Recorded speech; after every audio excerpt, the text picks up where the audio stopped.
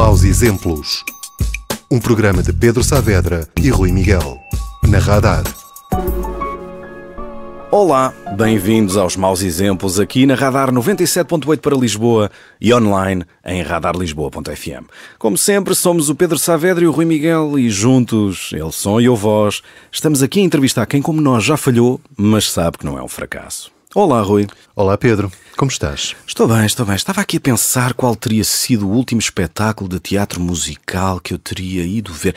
Já foste alguma vez ver algum espetáculo de teatro musical? Olha, nunca fui ver nenhum daqueles espetáculos conhecidos, pelo menos para adultos. Assisti a algumas peças de teatro infantis, musicais, mas estas peças mais conhecidas nunca fui assistir a nenhuma. Os Miseráveis? Nunca. O meu musical é assim mais no terreno, mais ao vivo, mais rock and roll, mais salas fechadas como coliseus. Mas não te faz impressão os atores a cantarem em vez de falarem? Não faz impressão nenhuma. Pelo menos é assim, os musicais que assisti foi tudo em televisão. Não faz impressão nenhuma. Fred Astaire, Ginger Rogers. Sim, esses clássicos das tardes do domingo, por exemplo. Muito bem. Mas nunca calhou ter ido ver. Por acaso recordo-me ter ido... Era pequeno. Com a minha avó que me levou ao Parque Mayer ver uma revista. Isso é teatro musical, não é? Sim, porque não? Mas fica aqui a ideia de um dia levarmos o Rui Miguel a ver um grande musical do La Féria. Um grande teatro, pode ser, ou de outro qualquer. Até podemos passear a Londres, irmos ao East End. Porque aqui nos Maus Exemplos, mesmo que nunca tenham visto um musical, não faz mal. Mesmo que sejam daqueles para quem cantar no teatro é demasiado lamechas, também não faz mal.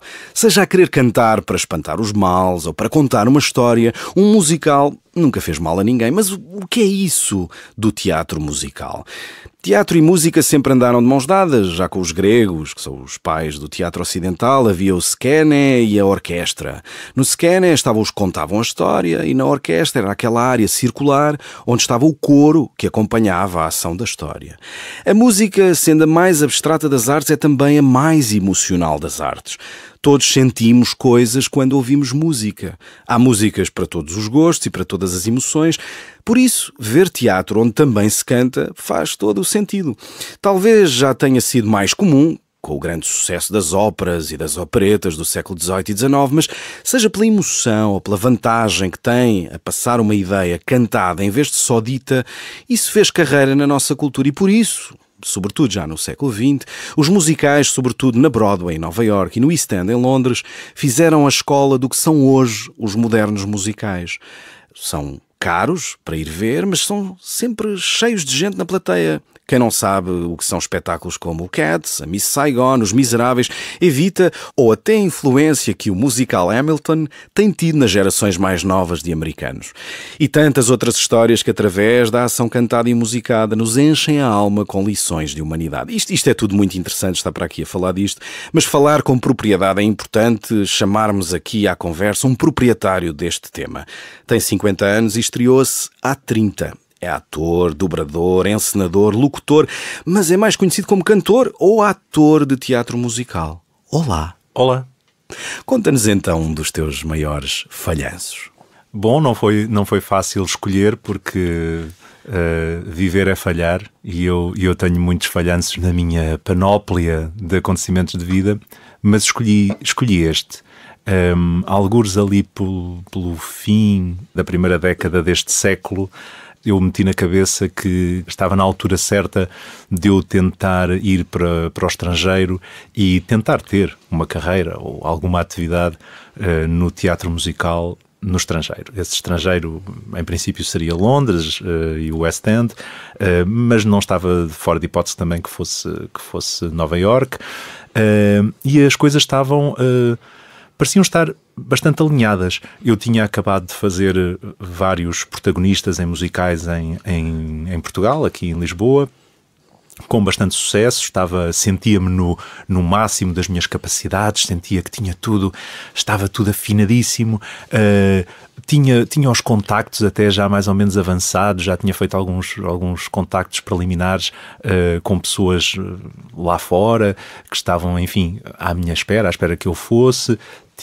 Tinha tudo mais ou menos organizado na minha cabeça e depois não aconteceu. Não aconteceu e perguntar-me-ás porquê, olha, porque as coisas se desmoronam por si. Aparece uma proposta de trabalho, tu aceitas, aquela ainda não é a altura certa, adiamos aqui mais 1 ou 2 meses, depois adiamos mais de 3 ou 4 meses, aparece outra proposta de trabalho, também irrecusável, aqui em Lisboa, vais fazendo, e quando vais a ver, já estás cá há mais 2 ou 3 ou 4 anos e não foste a lado nenhum.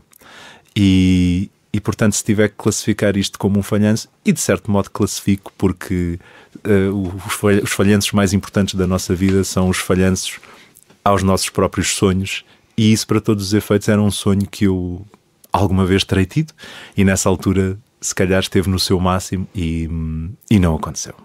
Obrigado, Mário Redondo. Bem-vindo à Radar. Remember, George, order, design, tension,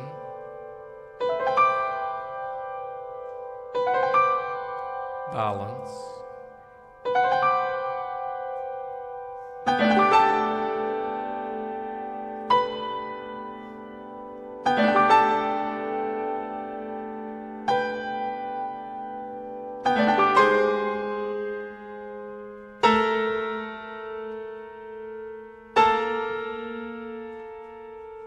harmony.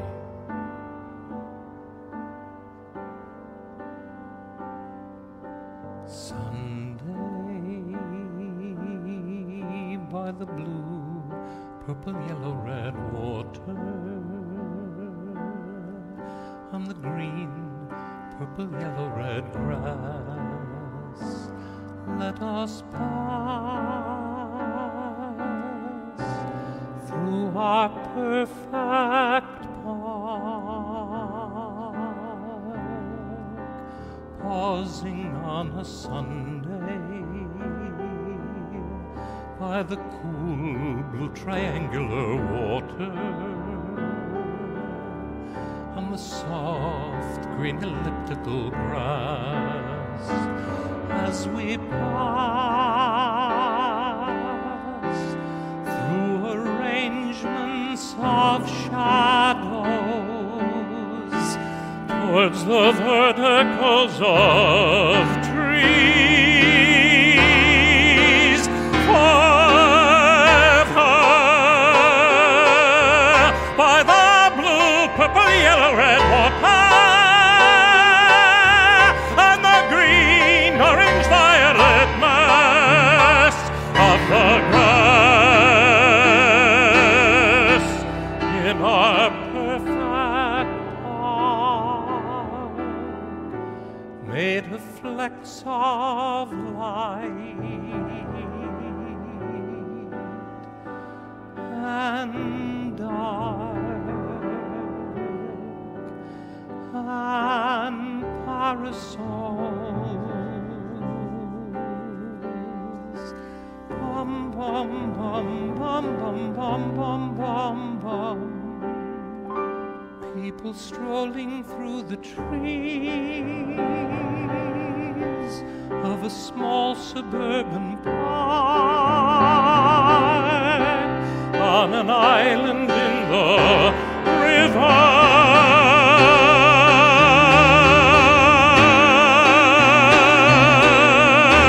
on an ordinary Sunday.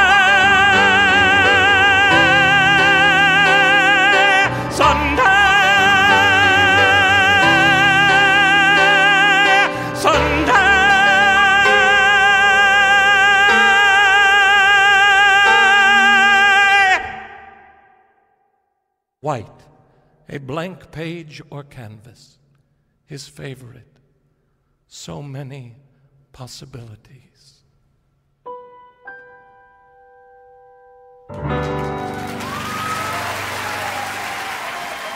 Maus exemplos. Na Radar, escutámos Sunday, do musical Sunday in the Park with George, interpretado por Mandy Patinkin, o primeiro tema musical escolhido pelo nosso convidado.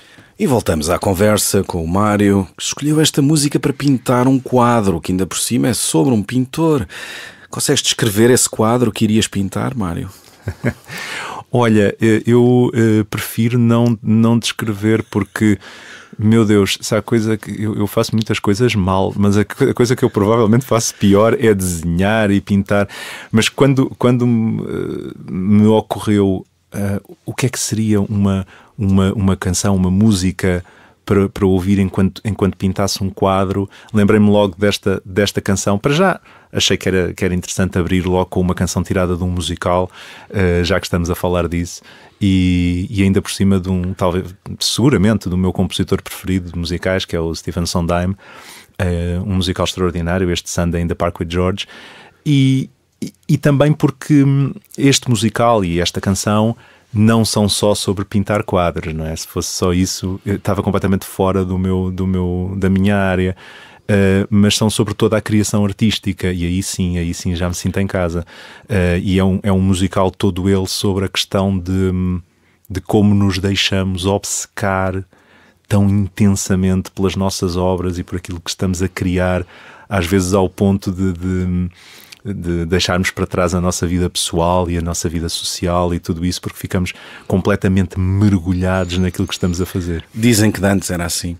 Olha, sobre ti próprio, tu dizes que és um artista com uma paradoxal capacidade de organização ou um organizador com uma surpreendente alma de artista. O que é mais difícil de organizar nas várias coisas que tu fazes, Mário?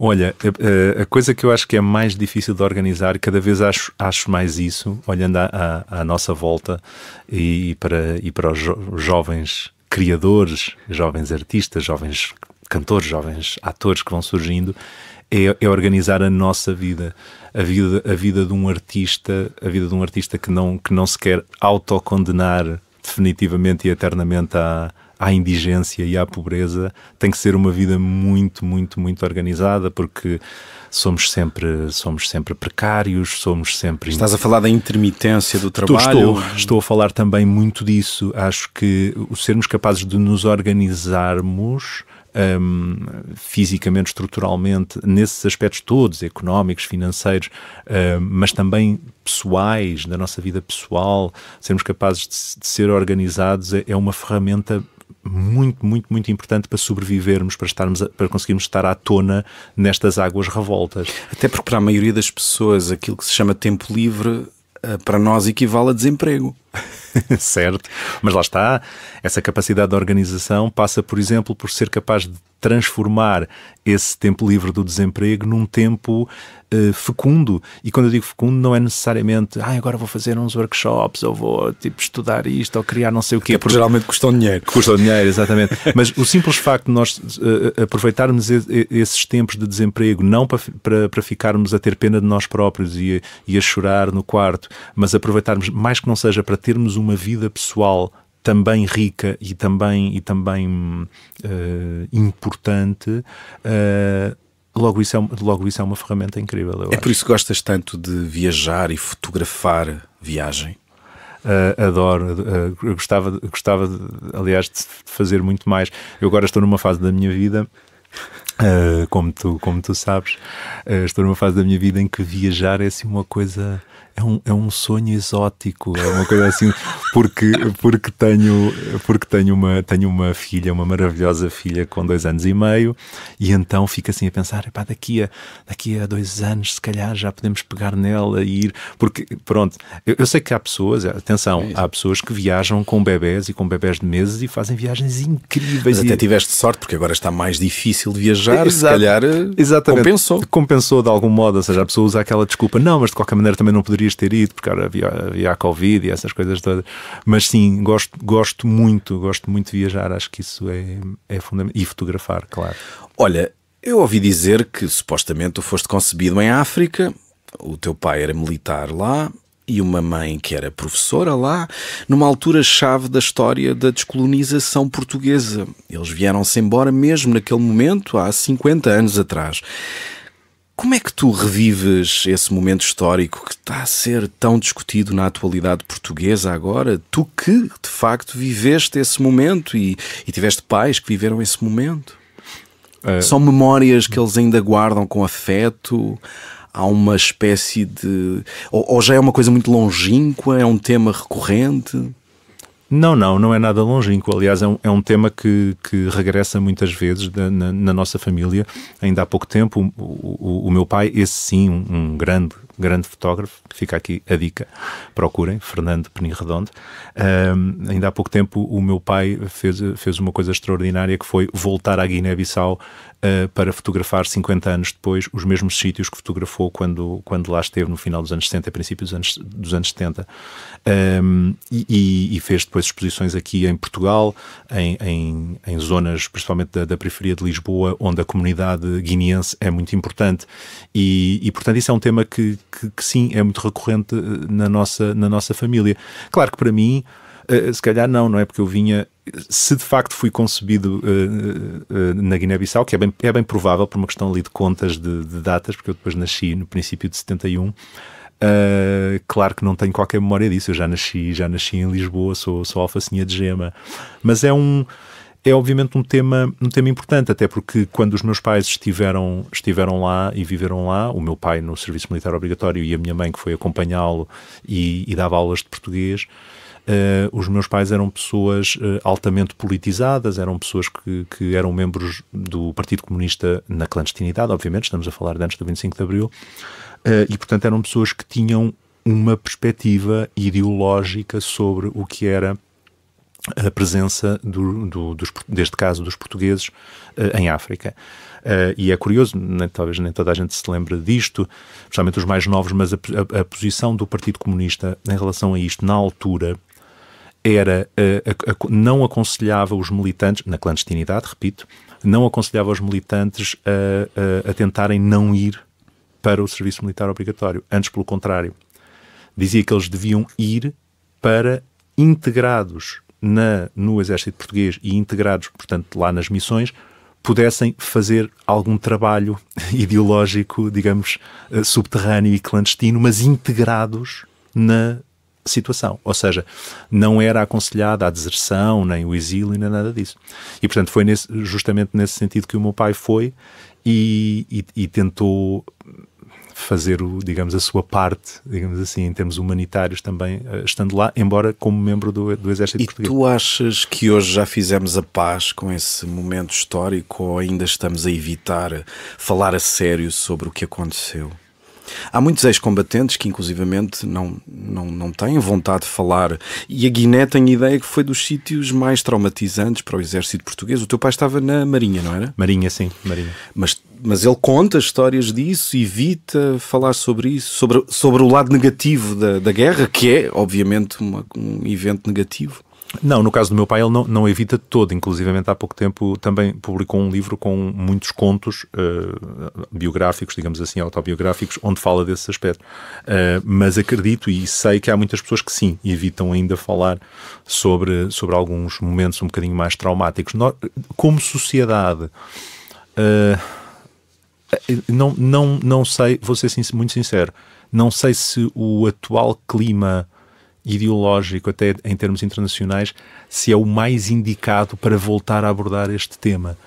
Porque neste momento é um tema tão carregado de extremismo ideológico, de polarização ideológica, que francamente eu não sei se é o contexto ideal para voltar a abordar com profundidade um tema que é, com certeza, um tema muito complexo e com certeza um tema com muitas zonas cinzentas, para não dizer negras, não é?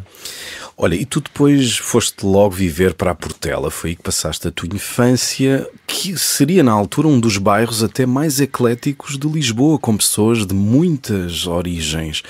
É essa a infância que tu te lembras, de pessoas de muitas origens, colegas, mistura? A Portela era um sítio bastante avançado naquela altura. Sim, era um bairro todo novo. O que eu me lembro fundamentalmente, quando tu falas dessa diversidade, e é curioso a ligação de temas que fizeste, porque na verdade a Portela de Sacavém foi um bairro para onde foram viver muitas famílias dos chamados retornados, digamos assim. Tanto que havia muitas lojas no centro comercial da Portela que tinham nomes ligados à África. A Mulambeira, lembro-me da Jamba, a pastelaria Jamba, a papelaria Mulambeira. Portanto, era tudo nomes ligados à África, porque grande parte das pessoas que foram para lá morar e depois abriram os pequenos negócios eram pessoas que tinham vindo de lá. Aquilo que eu me lembro com muita saudade e carinho, principalmente, era o facto de que, como o bairro era novo, foi habitado por muitos casais jovens, da idade dos meus pais, e portanto havia muitas crianças. Havia muitas crianças da minha idade e portanto lembro-me muito desta coisa que hoje já, infelizmente, para todos os efeitos, já não se vê, que é de magotes de crianças a brincarem na rua todo o dia. Tu tinhas isso? De ir sozinho para a rua? Tive muito. E ninguém achava isso estranho? Não, ninguém achava isso estranho. Estamos a falar dos anos 70, ninguém achava isso estranho. E eu hoje penso muito nestes temas porque tenho uma filha, repito, com 2 anos e meio, e tu também tens um filho pequeno e com certeza também pensarás sobre isto. E eu lembro perfeitamente, isto era chegar das aulas, isto quando havia aulas, porque se estivéssemos em férias então ainda era o regabof, ainda era maior. Mas era chegar das aulas, ir para a rua. E era só miúdo, não havia qualquer supervisão de um adulto, ninguém sabia onde é que a gente estava. Andávamos para lá. Depois Desde que estivesse à hora de almoço, à hora de jantar em casa. Depois aparece para o jantar. E era assim, mas estamos a falar de 14, 15, 16 miúdos, mais ou menos todos com a mesma idade, e jogávamos à bola, e jogávamos aos carrinhos de rolamentos, e tudo na rua. E isto é uma coisa que de facto já não se vê. Achas que isso se perdeu? Perdeu-se, ganhou-se outras coisas, com certeza. Isto é assim, não vou ao ponto dessa nostalgia um bocadinho bacoca. Eu acho que não há nada a fazer, as coisas evoluem. Na altura não havia telemóveis, não havia consolas, havia pouquíssima televisão, claro, já gostávamos dos nossos desenhos animados, mas não era o que é hoje, com não sei quantos canais. E portanto tenho nostalgia para mim, mas tenho que aceitar que os tempos mudam. Tenho um bocadinho de pena que os miúdos não possam estar na rua de uma forma mais livre, sem termos aquelas preocupações que agora temos como pais e que são naturalíssimas, não é? Se eles estão seguros, se alguém lhes vai fazer mal, se alguém lhes vai levar, se alguém... Pronto, aquelas coisas todas. Isso tenho pena, porque acho que é extremamente importante para o desenvolvimento de uma criança o estar na rua, o estar a brincar livremente, saltar, aleijar-se, brigar com os colegas, perceber onde é que estão os limites, onde é que é aquele momento em que eu se calhar não devia fazer isto ao meu amigo, ele fez-me isto, magoou-me. Isso é extremamente importante. Essa aprendizagem social. De uma forma livre e um bocadinho assim selvática, ou seja, não ser necessariamente só no confinamento de uma escola ou no confinamento de uma creche. E foi para esses amigos que tu cantaste pela primeira vez em cima de um palco, quando tinhas 11 anos? Foi. Estava no então chamado ciclo preparatório, que hoje, portanto, será o 5º ano, 5º, 6º ano, e eu, muito francamente, eu não me lembro porque é que me escolheram. Eu devia provavelmente cantar bem, não me lembro, portanto, eu teria 10, 11 anos, não é? E era para a festa de Natal da escola. Disseram, Mário, não queres cantar? Vais cantar. 2 coisas. Então juntei-me com 2 miúdos da minha turma. Aquilo era a banda mais estranha do mundo, porque era um cantor, que era eu, era um baterista e era um miúdo que tocava teclas. Portanto, estamos a falar de um miúdo com 10 anos que tocava bateria. Lembro perfeitamente, nunca mais tive contacto com ele, mas lembro perfeitamente que se chamava Hélio e era filho de um baterista. E, portanto, ele tinha 10 anos e tocava bateria, mas tocava bem. E era um miúdo que tinha jeito, tinha um daqueles sintetizadores e tocava teclas, e era eu a cantar. E cantámos e interpretámos 2 canções de Beatles, o Hey Jude e o Yesterday. E foi a primeira vez que eu cantei em público. E decoraste? Sim, decorei a canção, cantei a canção toda. Isto tinha 10, 11 anos. E foi-te natural, não te deu nervoso? Devia estar, com certeza. Já não me lembro, mas com certeza que devia estar nervoso. Mas acho que foi uma experiência que eu adorei. E gostaste das palmas? Claro, quem não gosta. Porque tu, depois na tua juventude, a arte andou sempre ali à tua volta com o grupo de teatro O Culto da Máscara, que é um título assim pesadote. Como é que tu entras no teatro com este Culto da Máscara? Não sei se foi o início, mas será à volta disso? Sim, o culto da Máscara foi de facto o início. Isto foi na escola? Foi. E voltamos atrás àquela coisa que tu disseste ao princípio de eu ser um artista organizador ou um organizador artista. Foste tu que disseste. Sim, eu sei. E tu leste muito bem. Parabéns, Pedro. Não, tem a ver porquê? Porque eu chego ao teatro e à expressão artística de algum modo, mas mais especificamente ao teatro, por via de ser uma pessoa que organiza coisas muito bem. Organiza coisas muito bem e faz coisas. Eu sempre fui, desde essa idade em que cantei pela primeira vez em público, um miúdo muito irrequieto de fazer coisas. Inaugurava jornais da escola, fazia jornais, depois fazia uma rádio pirata na escola, depois organizava uma exposição, depois organizava uma passagem de modelos, depois organizava não sei o quê. Estava sempre a fazer coisas. Portanto, desde os primeiros anos do liceu, fui para ali afora, eu fazia montes de coisas. Eu era sempre conhecido das direções das escolas e dos conselhos diretivos como aquele chato que está sempre a tentar fazer coisas e organizar coisas, e uma exposição de desenho e uma exposição de fotografia, e depois quer fazer não sei o quê, e agora fez um jornal. E então chegou-se ali uma altura, estávamos no liceu, já no fim, no 10º ano de liceu, ou 11º, já não me lembro, e foram-me cravar para escrever uma peça sobre Fernando Pessoa, porque queriam fazer uma peça de teatro sobre Fernando Pessoa. E outra coisa que eu fazia bem, além de organizar coisas, era escrevia bem. E então pediram, não és capaz de escrever uma peça aí no instante, como se isto fosse assim, né? Não és capaz de escrever uma peça Ainda no há instante. pessoas que acreditam nisso. Então não há. E eu conheço pessoas que até escrevem muito bem coisas e teatro, e pronto, não vou agora dizer nomes, mas pronto, mas podia. Resultado. E eu escrevi uma peça pequena, uma peça em um ato, era uma coisa de 35 minutos, 40 minutos, escrevi a peça. Depois, muito bem, então vamos nos juntar para fazer isto. Eram uns miúdos lá da turma, queriam fazer aquilo, mas ninguém sabia o que era teatro, ninguém percebia nada de teatro, e começaram a pensar, isto era preciso ter aqui alguém que organizasse isto, no fundo um encenador. E eu, como era uma pessoa com tanto jeito para organizar coisas, pensei, está bem, pediram-me, Mário, não és capaz de fazer isso? Eu não fazia ideia do que era. Então tornei-me encenador do espetáculo, que era a pessoa que organizava aqueles corpos e aquelas vozes no tempo e no espaço. No fundo é isso um encenador. E depois, a uma semana da estreia, portanto começámos a ensaiar aquilo, o ano todo, aquelas coisas de escola, passas o ano todo a ensaiar aquilo, e na semana da estreia um dos atores adoeceu, e eu era o único que sabia o papel de cor, e então fui também para cima do palco. E então, era o destino. E então, em 1987, tinha eu 16 anos, estreiei-me logo como dramaturgo, encenador e ator. Logo, tudo ao mesmo tempo. E esse núcleozinho de miúdos do liceu, nos Olivais, era onde eu andava na altura, veio a dar origem 2 anos mais tarde. Começámos a fazer uma peça por ano, um espetáculo por ano, e 2 anos mais tarde institucionalizámos-nos como grupo de teatro com o nome O Culto da Máscara. De onde vem esse nome tão forte para um grupo de adolescentes numa escola secundária? Olha, vem de uma certa tendência que eu tinha muito naquela altura. Agora acho que já não tenho, tenho quase certeza que já não tenho. Na altura tinha uma tendência para coisas assim com um ar profundo, com um ar épico. Basicamente queria-me fazer mais adulto do que era, não é? Queria-me fazer mais velho do que era. Vocês não imaginam, quem possa ver a fotografia que vem acoplada a esta entrevista, não é? Porque isto agora na rádio é só voz, portanto vão ver um rapaz de cabeça rapada, não é? sem barba, etc. Mas vocês imaginam-me, façam este exercício, que imaginam-me com 16 anos, em 1987, quando estreiei aquele espetáculo, eu tinha o cabelo muito grande, muito escuro, uma barba, com 16 anos, uma barba muito grande que me cobria a cara toda e uns óculos de massa preto. Portanto, não se via intelectual. Não se via praticamente Mário Redondo ali por baixo. E com 16 anos, sempre vestido com uns blazers de bombazina. Portanto, eu queria muito ser muito mais velho do que era. E as pessoas olhavam para mim e diziam sempre que eu tinha 26 e 27 e eu ficava muito orgulhoso.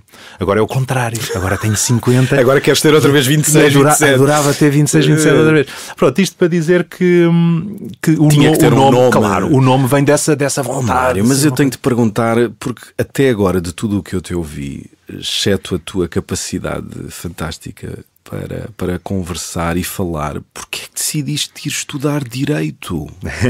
Porque tu és licenciado em Direito. É verdade. Também foi para ser uma coisa séria? De onde é que vem isso? Estás a ver, esse é outro falhanço. Outro dos falhanços da minha vida é não me ter tornado um advogado, que era aquilo que estava mais ou menos orientado para mim, não é? Não, isso tem a ver com... Eu quando comecei a fazer teatro, como disse, aos 16 anos, estava a acabar o liceu, já estava no 11º, portanto estava há 2 anos de entrar para a universidade, eu já mais ou menos tinha decidido que ia para o curso de Direito. E ia para o curso de Direito por 2 razões muito rápidas de explicar. A primeira é porque gostava muito de uns livros... É sempre assim.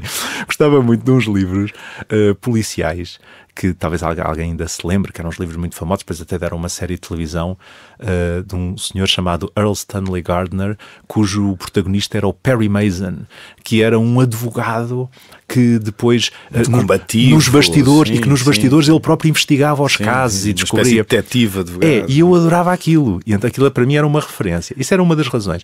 E outra razão era porque já na altura, e hoje é cada vez mais assim, já na altura as pessoas que tiravam o curso de Direito depois profissionalmente faziam uma data de coisas diferentes, e a maior parte delas não tinha nada a ver com Direito, e isso agradava-me. Eu já na altura, quando era adolescente, agradava-me muito a versatilidade e agradava-me muito o não me afunilar. Então a tua ideia não era seres um advogado? Não era de todo. A minha ideia era que aquilo era um curso ótimo para depois fazer uma variedade de coisas pelas quais eu me interessava. Escrever, por exemplo, escrever muito no sentido da crónica jornalística, fazer coisas se calhar ligadas à política. Eu na altura também era bastante mais politizado do que sou hoje. Também fui membro da Juventude Comunista um bocadinho por essa altura. E portanto, parecia-me que era um curso, e tinha a certeza porque via à minha volta, não é? Que era um curso que depois dava a possibilidade da pessoa ser várias coisas. E mesmo quando o teatro apareceu na minha vida, por via dessa experiência no liceu, e que o teatro era uma espécie de hobby, não é? Digamos assim, mesmo quando o teatro começou a ter um bocadinho mais de importância na minha vida, eu continuava a dizer, isto não há problema, porque eu, tirando o curso de teatro, eu posso, de Direito, peço desculpa, eu posso à mesma fazer teatro. Lá está a tua alma de organizador. Claro, porque havia exemplos. Havia o Moraes e Castro, por exemplo. Havia exemplos de pessoas que tinham tirado o curso de Direito e depois eram atores. Mas o curso correu-te bem? Correu. Eu gostei muito de estar no curso de Direito, ou seja... Foi um prazer, então? Foi um prazer. Foi uma obrigação? Não, nunca chegou a ser um fardo, embora tenha havido um ou dois anos em que, se eu não tivesse a tal capacidade muito aguda de organização, tinha sido impossível. Porque, entretanto, eu estrei-me no Teatro Aberto. Porque tu vais, que é uma audição no Teatro Aberto? Estavas na Faculdade de Direito? Estava na Faculdade de Direito, já estava... E ouviste dizer que havia uma audição? Não, foi publicitado. Na altura foi uma audição muito grande. Hoje em dia já não se faz tanto, já sai fazendo, mas na altura fazia-se várias vezes audições, até porque lá está, e agora voltamos, as conversas são sempre circulares, não havia praticamente, ou havia muito poucas experiências de teatro musical em Portugal. Isto foi para a Ópera dos Três Vinténs? Foi para a Ópera dos Três Vinténs. A tua primeira, porque depois fazes outra vez mais como protagonista. Exatamente. E era quê? Para seres figurante? Era para seres... Para o ensemble. Ou seja, não, figurante não seria a expressão, mas para o ensemble. Ou seja, sempre que era preciso encontrar pessoas que representassem, cantassem e dançassem, era extremamente difícil. Porque como havia muito pouca tradição de teatro musical em Portugal e havia muito pouca formação pensada para isso, os teatros não tinham outra hipótese que não fosse abrir audições. Porquê tu achaste que ias conseguir isso? Achei porque lá está, eu já representava, porque na altura já tinha 3 anos do meu grupo amador, 3 não, já ia com quase 5 anos do meu grupo amador, no qual eu encenava, mas também muitas vezes entrava nos espetáculos. Eu cantava, ou seja, depois da tal experiência, aos 11 anos a cantar Beatles, eu continuei sempre a cantar de guitarra na mão, guitarra acústica na mão, para engatar as miúdas. Estavas confortável com isso? Estava muito confortável com isso, depois tive as minhas bandas punk. E dançar também estavas confortável? A parte do dançar era a parte que eu estava, sem dúvida, muito mais à rasca, passa a expressão. Mas mesmo assim, com aquele voluntarismo que eu sempre tive, e na altura tinha muito, porque era jovem e pensava que não havia barreiras e que tudo era possível, e ainda bem, pensei, não, mas eu vou aqui, eu vou preparar uma coisa, eu vou preparar uma coreografia e eu vou-me mandar. E foi uma audição a que se candidataram quase 400 pessoas e das quais foram escolhidas 20. Com aquele grande cabelo, com aquela grande barba, o que é que o João Lourenço achou da tua audição? O João Lourenço... Lembras-te do que é que ele disse? Não me disse absolutamente nada. Mas não me disse absolutamente nada, mas disse uma coisa fundamental, que foi: ficas no espetáculo. Essa é a coisa mais importante, que é aquilo que tu queres ouvir quando fazes uma audição, é que és escolhido. Aliás, até me aconteceu uma coisa, muito rapidamente, ainda mais importante, que foi: eu não só fui escolhido para esse espetáculo, lá está, 400 pessoas que se candidataram, foram escolhidas 25, salvo erro, não só fui escolhido para esse espetáculo, como o Fernando Gomes, o ator e encenador Fernando Gomes, que estava na plateia nas audições e que estava a ajudar nas audições, porque ele iria entrar como ator nessa Ópera Três Vinténs.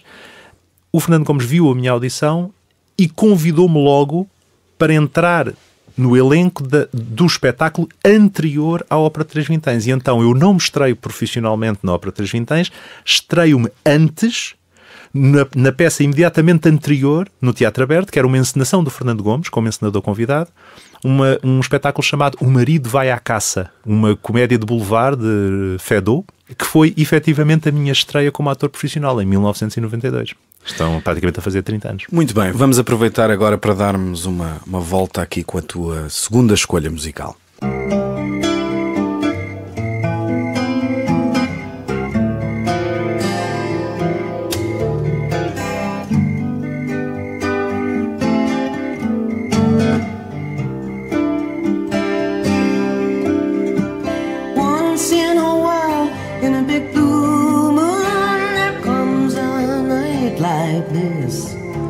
Some surrealist invented this 4th of July night ride home.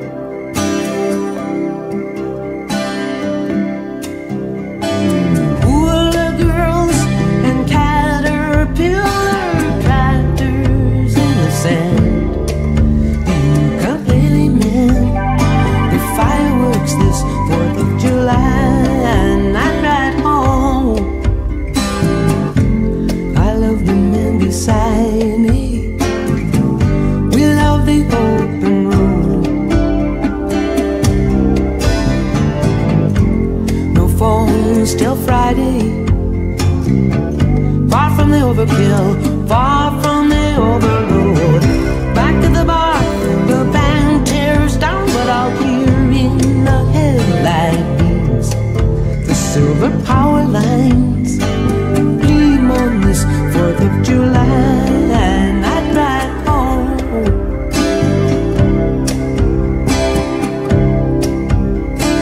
Round the curve in a big dark horse, the taillights on his head. He's keeping right alongside, rev for stride, 4th of July night ride home. I love the men beside me. We love the open road. No phones till Friday. Far from the undertow, far from the overload. Once in a while, in a big blue moon, there comes a night like this. Like some surrealist invented this 4th of July night ride home.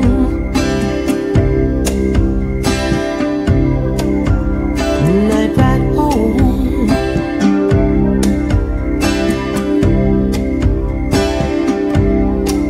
Night ride home.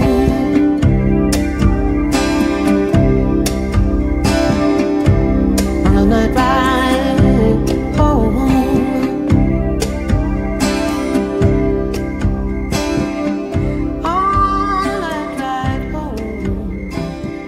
Maus exemplos. Na Radar. Acabamos de ouvir a segunda escolha musical do Mário Redondo, Night Ride Home, de Johnny Mitchell. Tu escolheste esta música como uma boa música para ouvir no carro. Ainda gostas de fazer aquelas viagens longas, a caminho do horizonte, a viajar? Adoro. Adoro nas seguintes circunstâncias. Não ser de noite, como diz a Johnny Mitchell, né? Fala em Night Ride Home. Eu tenho um problema com o conduzir de noite, que eu tenho tendência para adormecer ao volante. Não, isso não é bom, isso não é bom. Não é bom, portanto vamos evitar isso. Mas adoro viajar de carro. Isso foi uma coisa que provavelmente me ficou de muitas viagens que fiz com os meus pais de carro, em família. Viagens que me marcaram a mim e ao meu irmão muito profundamente. Fizemos várias. Vocês foram a Berlim? A maior das quais foi uma viagem de 45 dias, portanto de um mês e meio, em que partimos de Lisboa, fomos por aí afora até Budapeste, na Hungria. Estamos a falar antes da queda do muro de Berlim. Sim. Nessa altura passámos RFA, RDA, passámos essa fronteira, portanto daqui até Budapeste e voltar. Passando por vários países e parando em vários países e passando tempo em alguns países. Portanto, 45 dias a viajar num Renault 9, uma coisa que hoje em dia é completamente impensável. E ficou-me o bichinho dessas viagens de carro que adoro fazer, ainda antes do nascimento da Mafalda, com a minha mulher, com a Melania Gomes, fizemos uma belíssima viagem de carro pela Andaluzia, que foi um sonho para mim. Agora, esta coisa de andar de carro à noite, como diz a Johnny Mitchell, eu evito, porque posso não chegar ao fim da canção, não é? Olha, vamos voltar à história dos teus pais, porque tu estás aí sempre a falar do teu pai, pela admiração que nutres por ele, e agora falámos também do João Lourenço, do Fernando Gomes. Que mais pais tem o Mário Redondo? Também me lembro de outro que te podia sugerir, o João Mota, a Manuela de Sá. São tudo pais do Mário Redondo, estas pessoas. Sem dúvida, sem dúvida. Uma coisa boa, ao mesmo tempo uma coisa boa de fazer tantas coisas diferentes, representar, cantar, encenar, fazer dobragens, etc., é irmos tendo de facto vários mestres ao longo da nossa vida e vários pais, e esses que referiste aí, sem dúvida, o João Lourenço, sem dúvida. O João Lourenço será o encenador com quem mais trabalhaste? Sim. Eu diria que sim, sem dúvida, assim, não só numericamente, não é, em termos de quantidade de coisas em que me ensinou, mas também até em termos de influência, sem dúvida. O Fernando Gomes, sem dúvida, também, o primeiro encenador com que trabalhei. Uma pessoa com que também não quero deixar de falar, o Jorge Listopade, que já não está entre nós, e que morava aqui bem perto aqui do estúdio onde estamos a gravar, é verdade, e que foi também um enorme mestre para mim. A professora Manuela de Sá, que foi a minha professora de canto durante toda a vida e a quem devo tanto. Tenho de facto muitos pais e muitas mães nesta atividade. O professor João Mota, como referiste, sem dúvida. Muitos pais da tua voz, que para algumas pessoas é a tua principal ferramenta e para outras, que eu não vou dizer quem, a tua principal inimiga. Tu tens estado de facto mais presente no teatro musical, onde a utilização da voz é até de certa maneira agressiva, e em produções como o Sweeney Todd, que foi uma produção maravilhosa em que tu entraste. Não sei se foi o tempo em que estiveste mais tempo em cena neste tipo de espetáculo. Como é que se protege a voz, Mário? Porque as pessoas às vezes esquecem-se que de facto tu estás a emanar voz sem ajuda. Portanto, tens que a proteger quando não estás ali. Como é que se faz isso? É uma luta diária e é um número no arame diário, porque a voz é uma das coisas mais vulneráveis que nós temos no nosso corpo, no sentido que é muito reativa a tudo e mais alguma coisa, é muito reativa a todos os vírus, bactérias, toda a bicharada, é muito reativa ao tempo meteorológico, às umidades, os frios, é muito reativa a tudo, àquilo que tu comes, o refluxo gástrico. E portanto a voz é uma coisa extremamente frágil, e quando se está em cena durante meses com um espetáculo que é muito exigente. Foi quanto tempo o Sweeney Todd? O Sweeney Todd nós estivemos em cena cerca de 3 meses, mas já estive mais. Hoje em dia é muito comum os espetáculos que estão em cena durante uma semana. Mas eu ainda sou do tempo, como se costuma dizer, em que os espetáculos estavam muito tempo em cena. Quase todos os dias paravas para aí ou dois? Sim, tipicamente fazia-se espetáculos de terça a domingo. Portanto, folgava-se só à segunda. Mas tu não podes, por exemplo, beber bebidas frias, não podes fumar, não podes... Enquanto estás em cena... Bem, eu tenho uma das vantagens, enfim, é uma sorte, ao mesmo tempo é uma sorte o facto de eu nunca ter fumado. Isso, por exemplo, é uma sorte. Eu digo que é uma sorte porque eu podia muito bem ter começado a fumar quando era adolescente, por acaso não comecei, e foi uma sorte porque depois, quando comecei a trabalhar, percebi que o melhor era não começar, porque não ia ser bom para mim. Portanto, mas enquanto estás em cena, além de não fumar, há montes de outros cuidados que tu tens que ter, porque depois chegas ali acima e é como tu dizes, as coisas não estão gravadas, tu tens mesmo que abrir a goela e tens mesmo que cantar. E eu também já passei pela experiência de fazer... Estavas micado? Sim, na maior parte destes espetáculos tu tens que estar, como tu dizes, micado, tens que estar amplificado. No São Carlos não? No São Carlos não, na ópera não. Na ópera não, mas no teatro musical é essa uma das razões pelas quais as récitas serem limitadas no tempo, no esforço. Sim, no caso da ópera sim, não só as récitas são limitadas no tempo, como também há o cuidado de haver sempre um dia de intervalo entre cada récita. Para poderes recuperar. Na ópera geralmente não há récitas a dias seguidos, por exemplo, fazemos uma récita na sexta, só fazemos récita no domingo, não há récita no sábado, portanto para a voz poder ter um tempo de recuperação. E tens que estar calado durante esse dia de folga? Não tens que, aliás até nem convém que estejas completamente calado, deves fazer até alguns exercícios e tal. Mas há coisas que, por Mas exemplo, não deves as pessoas... discutir, não deves gritar no trânsito. Exatamente, há coisas que as pessoas não se apercebem que são muito más para a voz, muito agressivas, porque não são muito óbvias. Por exemplo, falar ao telefone é uma coisa muito má para a voz, curiosamente, e não parece. Porquê? Porque quando estamos a falar ao telefone, estamos a falar para um objeto ali ao pé de nós. O problema é que a nossa emoção e a nossa cabeça não funcionam assim. Falamos pela distância. E nós achamos sempre que a pessoa está muito longe, e então começamos a pôr mais tensão na voz do que devíamos. Outra coisa é falar com emoção, tudo o que seja falar com emoção. A pessoa zangar-se, irritar-se e pôr essa emoção na voz é absolutamente terrível. É desgastante, claro. Tu, quando estás a fazer o Sweeney Todd, que havia cartazes da tua cara por toda a Lisboa, eu tenho ideia que pouco tempo depois estreou o Sweeney Todd do Tim Burton com o Johnny Depp. Como é que se compete Mário Redondo com o Johnny Depp? Ou são coisas completamente diferentes? Não se compete. Não, são coisas completamente diferentes. Uma das coisas também boas de ter um background também na ópera, que de facto ainda falámos pouco aqui, mas que também faz parte da minha vida profissional, sem dúvida, é que nós habituamos-nos, porque no teatro acontece menos vezes isso e no cinema acontece menos vezes isso, que é nós habituamos-nos a fazer personagens, a cantar papéis que já foram cantados e já foram feitos por muitas outras pessoas, ou seja, não há aquela sensação de propriedade que às vezes há em relação a um determinado papel. Eu fiz este papel e isto é o meu papel. Não, já 50 outros atores fizeram aquele papel e, portanto, a tua versão é apenas mais uma versão. E eu lembro-me que tive, obviamente, muita curiosidade de ir ver o filme do Tim Burton e de facto, a proposta do Johnny Depp era tão diferente da minha / João Lourenço. Já agora outra pessoa muito importante na minha vida, de que não falei há pouco, mas vem agora a talho de foice, o maestro João Paulo Santos, com o qual fiz todos esses espetáculos de que falámos até agora, a Ópera de Três Vinténs, Sweeney Todd e muitos outros. A minha proposta era tão diferente da proposta do Johnny Depp que nem sequer há comparação possível. É mesmo outra proposta. Mas as pessoas comparam, por exemplo, como é que competes com a voz do Jeremy Irons, que foi a voz original do Scar, do Lion King, que tu fizeste recentemente na nova versão. As pessoas comparam. Sim. Tu não foste ouvir e tentar sentir... Não. Eu acho que nós, até por uma questão outra coisa. De maturidade artística, nós começamos a perceber que não faz sentido comparar. As pessoas comparam. E eu, de certo modo, até me senti lisonjeado de, por exemplo, em relação ao Sweeney Todd, muitas pessoas me terem vindo dizer, ou nas redes sociais, que tinham gostado muito mais do meu Sweeney Todd do que do Sweeney Todd do Johnny Depp. Mas pronto, isso são opiniões pessoais, porque depois há de haver outra pessoa mesmo ao lado que pensa ao contrário, não é? São as pessoas que deviam ter votado mais em ti no ano em que podias ter ganho o Globo de Ouro. Vamos falar um bocadinho agora mais do presente e do futuro. Tu vais estar na próxima grande produção do musical Evita, uma coisa fantástica. Vais regressar ao Teatro Aberto, também numa homenagem, certo? Ao teatro musical. Sim, sem dúvida. E eu tenho de fazer esta pergunta de amigo para amigo. Tu enfrentas todas estas personagens da mesma maneira? Ou seja, sendo que o ponto de partida és tu, e és sempre tu, são coisas muito diferentes, ou seja, são métodos diferentes, são pessoas diferentes.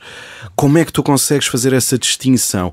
Com as pessoas com quem já trabalhaste, já terás essa memória, mas há ali um momento inicial em que tu estás um bocadinho a tentar captar como é que vais fazer aquilo. Como é que consegues isso?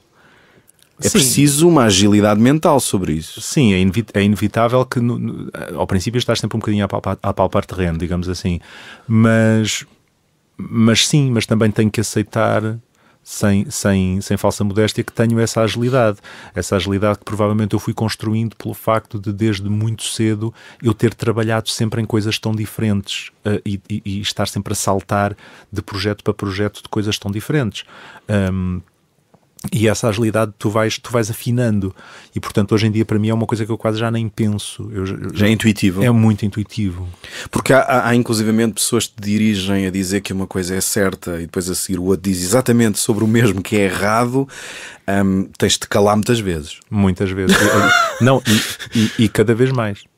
E cada vez mais. Porquê cada vez mais? Cada vez mais, porque vais amadurecendo. Porque vais percebendo que há outras maneiras de fazer as coisas. Ou seja, eu hoje em dia rio-me muito, porque lembro-me quando eu era de facto mais novo, bastante mais novo, nos meus 20, eu tinha se calhar até artisticamente muito mais certezas do que tenho hoje, e acho que isso é normal, porque quando naquela idade nós de repente começamos a ler coisas e a ver coisas e começamos a achar que temos imensas certezas, e eu era muito, e eu lembro-me que eu falava muito mais, ou seja, não me calava tanto, mesmo perante pessoas que me estavam a dirigir, eu dava muito mais opiniões, e depois aos poucos fui aprendendo, lá está com esses mestres todos de que falámos há pouco, de que nem sempre essa é a melhor forma de tu levares a água ao teu moinho. E isto não é a pessoa anular-se, não é a pessoa tipo, desistir e voltar lá para dentro da concha. É arranjar outras formas de dares o teu contributo, sem ser necessariamente o questionamento ou sem ser o estar sempre a querer... Mas isso também te ajudou a estar do outro lado, porque tu também diriges dobragens, diriges espetáculos, também te ajudou a perceberes esse lugar do outro, foi isso? Sem dúvida. Tipo, ele está a dizer aquilo, mas não é realmente sem dúvida. Contra mim, ou não é realmente importante. Nem sempre é fácil. Nem sempre é fácil, imagino. Nem sempre é fácil porque trabalhamos com emoções, assim, tu sabes isso, nós trabalhamos com emoções. Tu tens que te colocar... Ainda bem. Ainda bem, não é? Portanto, tu como intérprete, como ator, como cantor, para mim sou sempre ator, mesmo quando canto, tu como intérprete, tu tens que te colocar numa posição de fragilidade e de vulnerabilidade se queres chegar a determinados sítios. E, portanto, naquele momento, o encenador às vezes diz-te uma coisa, eu sei bem do que falo, porque isso já me aconteceu várias vezes. Mesmo eu já tendo dirigido dezenas e dezenas de atores, eu já tendo dirigido espetáculos, essa experiência de nada me vale naquele momento, naquele minuto em que o encenador me diz uma coisa e aquilo me magoa. E te deixa... E aquilo me magoa, mas magoa-me porque eu me pus voluntariamente nesse lugar de vulnerabilidade naquele momento de trabalho. Agora, 10 minutos depois... aí já mais racionalmente e já fora do processo, eu sou capaz de reconhecer, não, obviamente a pessoa não me queria magoar, a pessoa estava a fazer o seu trabalho, eu fui parvo, eu não devia ter reagido daquela maneira. Portanto, é uma questão de autoanálise que tu desenvolveste. Sim. E já consegues responder àquela pergunta, não é o sentido da vida que eu te vou perguntar, mas ainda bem. Já consegues responder àquela pergunta, o que é uma personagem? Pois, não sei. Se tens uma definição, porque já a terás tido do que me estás a dizer, definida, da mesma maneira o que é um ator, o que é representar, mas porque tu fazes coisas realmente tão diferentes e trabalhas com pessoas tão diferentes, mas se tu consegues sempre essa entrega, é porque terás descoberto uma forma de construir personagens. Sim, eu acho que se calhar sou um bocadinho old school nisso, que é, vai tudo dar um bocadinho, vai tudo voltar um bocadinho, nem que seja de uma forma contemporânea e moderna, mas vai tudo dar um bocadinho aos ensinamentos de Stanislavski e à história do what if, não é? Do e se.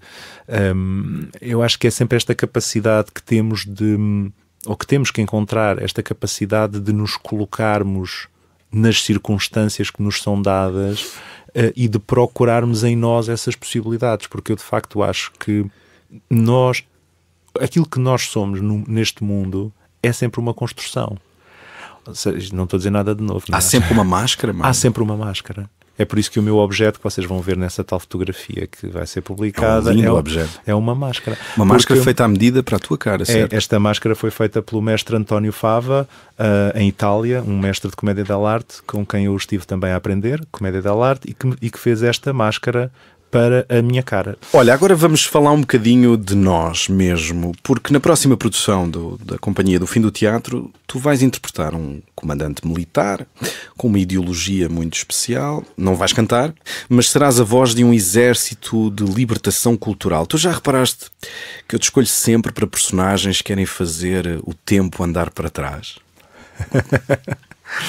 É engraçado, porque curiosamente essa personagem acha que quer é fazer o tempo andar para a frente, não é? Ou seja, essa tua leitura é um olhar de fora. Nós é que achamos que aquilo é um retrocesso, porque da perspectiva daquela personagem não é um retrocesso, é um avanço, não é? E é isso é que é engraçado.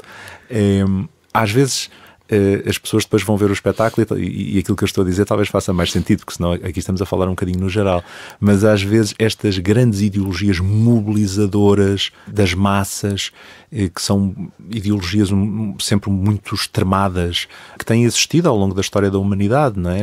Estas visões totais, eu ia dizer totalitárias, porque também acho que são totalitárias do caminho para a humanidade, são sempre, de algum modo, visões que apagam o presente. Ou seja, são visões que vivem em dois momentos, o passado e o futuro.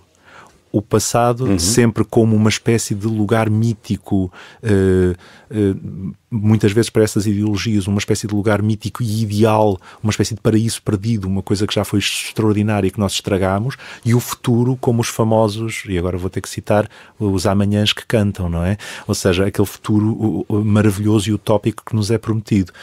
E pronto, agora voltando à tua provocação, pronto, sim, eu por acaso acho que sou o contrário, eu como pessoa sou o contrário disso, mas se calhar a minha figura, sou o contrário disso no sentido que eu evito viver no passado e no futuro, e eu faço tudo o que está ao meu alcance para viver apenas no presente. Mas se calhar como ator e como figura tu achas que eu sou a pessoa ideal para representar. Fizeste um diretor ultrapassado no fim do teatro, o capitão no Abel Veríssimo, e agora vais ser o Bel Varga na República Alexandrina. Certo. Eu só questionava um bocadinho de análise, de diversão de análise, de tu tentares pensar porque é que achas que eu vejo em ti esse potencial. Pois, olha, não sei. Eu acho que isso tem que ser perguntado ao autor outros, e encenador que está aqui no outros não fariam esta conversa pública. É um bocadinho como é que tu achas que os outros te veem de fora como ator, Mário? Porque de facto há uma crueldade no meio teatral, que é os atores serem definidos por tipos. O Mário Redondo é para este tipo. Como é que tu achas que te veem de fora? Porque já, de certeza, ouviste muitas opiniões sobre isso. Sim, quer dizer, continuo, acho que volto à provocação também que fizeste há bocado. Acho que sim, acho que as pessoas têm um bocadinho a ideia de que eu sou um pouco escravo da minha voz, digamos assim, e acho que isso tem o seu quê de verdade. A voz é um instrumento que me acompanhou desde muito cedo na minha vida profissional, e quando tu tens qualquer coisa que, de alguma maneira, mal ou bem, é uma coisa que resulta, tu agarras-te um bocadinho àquilo e não gostas de sair dessa zona de conforto. Acho que as pessoas têm um bocadinho essa ideia, e acho que as pessoas também têm ideia de eu ser um ator... Como é que eu ia dizer? Vê lá o que é que vais dizer. Não, eu acho que a maior parte das pessoas deve ter ideia que eu sou um bocado canastrão. E eu não sei se as pessoas estão erradas. Não, a sério, eu ser muito franco. Digo isto, não é para estar aqui a pescar elogios nem nada. Não é mesmo. Eu acho que... Mas é por dizeres muito bem as coisas, se calhar. Ser muito audível o que tu dizes. Não está na moda. Eu sei que não está. Não, se calhar. E eu tenho uma enorme admiração, e acho sempre que estou aquém. Acho mesmo que estou aquém dos atores que conseguem níveis profundos de verdade. Eu acho sempre que não consigo chegar ali. E curiosamente, e isto talvez seja uma chave para o meu percurso e uma chave para a minha vida profissional, a música ajuda-me a chegar a determinados níveis de verdade. A música, que é talvez uma coisa... Tens esse eco dentro de ti. É engraçado. É uma coisa que sendo tão convencional, lá está, voltamos à história do teatro musical, que é uma convenção, a pessoa está ali a viver uma situação de que começa a cantar. Qual é que é a verdade que há nisto? Não há nenhuma, isto é uma convenção, não é? Ninguém começa a cantar aí no meio da rua. Pronto. Mas sendo uma convenção, eu, através da música, julgo que consigo chegar como ator a níveis de verdade na minha interpretação, que às vezes só com o texto declamado, como se dizia antigamente, tenho mais dificuldade. E portanto, isto para dizer que eu concordo com a maior parte das pessoas que acham que eu sou um bocadinho canastrão. Eu também acho que sou um bocadinho canastrão. Luto muito, Lembras-me agora uma luto coisa... muito para chegar à verdade, e acho que falho muitas vezes. Não, isso acho que lutas, mas estás-me a lembrar uma coisa que eu ouvi uma vez num documentário, o Peter Brook dizer que representar em voz baixa era muito fácil. O difícil era conseguir representar... sem dúvida, a voz. Exatamente, ou seja, conseguir ter essa verdade, mas projetando a voz. Exatamente, é que sermos verdadeiros a falar para dentro é muito mais fácil. Sim, até porque o fazemos realmente. Rui, chegou aquele momento extraordinário em que tu podes fazer a pergunta que tu quiseres ao nosso convidado Mário Redondo. Tens alguma pergunta? Estava a ver que nunca mais chegava a este momento. Olha, tenho uma pergunta simples, porque assim podemos satisfazer a curiosidade de muitas pessoas. Porque há realmente muita curiosidade acerca do trabalho dos atores que fazem dobragens para cinema e séries de animação. E possivelmente muitas pessoas já te fizeram a seguinte pergunta: como é que eu posso começar a fazer dobragens para desenhos animados? Não imaginas a quantidade de pessoas que me fazem essa pergunta, cada vez mais. E isso tem a ver com o facto, com dois factos. Um deles é haver cada vez mais pessoas a trabalhar na área da representação. Há cada vez mais escolas de teatro, e ainda bem, cada vez mais escolas de representação, e portanto há cada vez mais miúdos e menos miúdos, a entrarem no chamado mercado de trabalho. E por outro lado, há cada vez menos trabalho para dar a estas pessoas, e portanto as pessoas estão cada vez mais interessadas em formas alternativas de ganhar a vida, o que eu acho que é normal, porque nós temos todos que ganhar a vida, não é? Acho mesmo normal. Aquilo que eu respondo quando me fazem essa pergunta, que de facto é muitas vezes, aquilo que eu respondo é: a primeira coisa e mais importante de todas para mim, e julgo para a maior parte, se não a totalidade dos meus colegas que dirigem dobragens, sejam atores.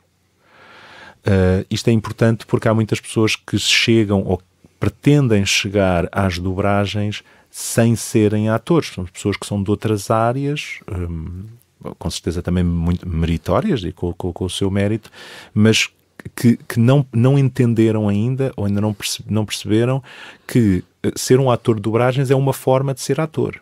E, portanto, a primeira coisa que nós temos que ser é ser atores. E, portanto, às pessoas que não são da área da representação e que querem fazer dobragens, a primeira coisa que eu digo é logo: bom, começa por tentar ter formação / experiência como ator. Há muitos cursos de representação, há grupos amadores onde podes fazer coisas, e isso é a primeira coisa. Para alguém que já é ator e que quer trabalhar em dobragens, as vias de entrada, digamos assim, nesta profissão não são sempre óbvias nem sempre fáceis, é verdade, mas há cada vez mais dobragens, portanto há cada vez mais trabalho para fazer, o que é uma boa notícia. E uma forma de entrar neste mundo é, por exemplo, através dos workshops de dobragens, específicos de dobragens, que vão aparecendo cada vez mais, tanto em Lisboa como no Porto, e que são uma forma da pessoa ter um contacto técnico com esta profissão, e também ter um contacto com as pessoas que depois as podem chamar para o trabalho no terreno, digamos assim. E essa é a melhor via de entrada. Porque só fazendo é que a gente também vê se consegue andar naquele bicho. Sábias palavras, Mário. Bom, vamos agora à tua lista de maus exemplos. Eu pedi-te bons maus exemplos, como peço a toda a gente. Começamos logo por um nome sonante, que te vou dizer que já foi dito muitas vezes aqui: José Sócrates, ex-primeiro-ministro de Portugal, indiciado na Operação Marquesa. É um mau exemplo de pessoa, porquê? Pronto, eu fiz esta lista pensando em maus exemplos que tivessem um lado positivo também, não é? E acho de facto que o José Sócrates é um mau exemplo de político, e um mau exemplo de governante, e um mau exemplo até de cidadão, no sentido que para mim representa tudo aquilo que não deve ser um servidor público, digamos assim. Portanto, alguém que se serve a si mais do que servir a coisa pública, mas por outro lado acaba por ter um lado positivo, que é o facto de ter sido indiciado e de estar, digamos, a contas com a justiça. Mostra que há esperança de que os políticos, e principalmente estes políticos de altíssima esfera, não estejam de facto acima da justiça, como não devem estar num Estado de Direito democrático. E até é curioso que, pelo menos no seu primeiro mandato, ficou conhecido por combater a corrupção. Qualquer livro do José Rodrigues dos Santos, porque é que são maus exemplos de livros? Olha, eu escolhi este exemplo como poderia ter escolhido outros, e vou já dizer, eu nunca li nenhum livro do José Rodrigues dos Santos, mas parece-me um bom ou mau exemplo, no sentido de que são livros que nós vemos às vezes alguma elite literária ou alguma elite cultural a criticar a qualidade ou a suposta falta de qualidade dos livros, quando eu acho que acaba por ser um bom exemplo, no sentido que hoje em dia a leitura, infelizmente, é uma coisa tão marginal, lê-se tão pouco, lê-se cada vez menos. Eu vejo principalmente isto nas gerações mais jovens, que qualquer coisa que ponha as pessoas a ler, para mim já é positivo. Eu nem preciso de ler os livros, saber se são bons ou se são maus. São com certeza bons a partir do momento em que alguém pega neles e os lê. Balas e Bolinhos, um acontecimento no cinema português, um filme que é um mau exemplo, porquê? Eu vou-me repetir imenso agora com estes exemplos, porque, mais uma vez, embora aqui vou falar de uma coisa um nadinha parecida, mas um bocadinho ao lado, que é, mais uma vez, é um filme absolutamente arrasado por tudo o que é crítica de cinema, digamos, intelectual, elitista, artsy, seja aquilo que for. E, no entanto, a generalidade das pessoas, e curiosamente muitas dessas pessoas da elite cultural, não fazem ideia de como é difícil, de facto, fazer qualquer coisa. Fazer qualquer coisa. É que é muito mais difícil do que falar. E se nós tivéssemos um meio cultural, para não falar de outros, não é? Que fizesse muito mais em vez de falar, se calhar tínhamos muito mais coisas interessantes e outras não interessantes, mas é preciso fazer, porque fazendo vão com certeza aparecer coisas muito interessantes. Kim Barreiros, um músico que é um mau exemplo, porquê?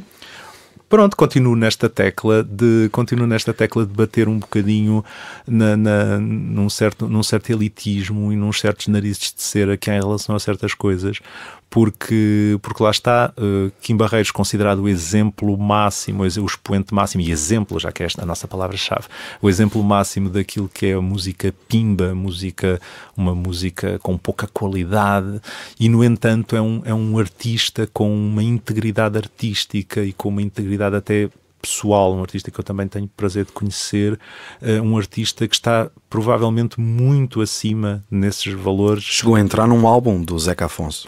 Pois, com certeza. Com certeza muito acima ao nível desses valores do que muitas das pessoas que o criticam. Uma pedrada no charco. E porquê é que sentes ciúmes do Tony Bennett, Mário? Oh, meu Deus! Tony Bennett, estamos em 2021. Tony Bennett fez este ano 95 anos. Eu vou repetir porque talvez as pessoas não estejam bem a ver. 95 anos. Lançou este ano o último álbum e finalmente aos 95 anos disse: eu se calhar vou parar de fazer concertos. E portanto, vão lá ouvir o homem e vejam lá se não é para ter inveja de uma pessoa que ainda canta daquela maneira. E ao vivo com 95 anos. Bom, Mário Redondo, também já posso dizer que tu és um mau exemplo. Então, obrigado, Mário, por teres sido um excelente mau exemplo. Vamos ficar por aqui. Muito obrigado por teres estado aqui connosco. E lembrem-se, nem tudo o que nasce torto não se endireita de volta. Somos o Pedro Saavedra e o Rui Miguel e para a semana há mais maus exemplos. Para quem nos quiser seguir, ouvir os podcasts do programa ou enviar mensagens, estamos no Instagram dos Maus Exemplos. Bem-ajam por nos terem ouvido. Bem-ajam. Maus Exemplos, um programa de Pedro Saavedra e Rui Miguel. Na Radar 97.8 para Lisboa e online em radarlisboa.fm.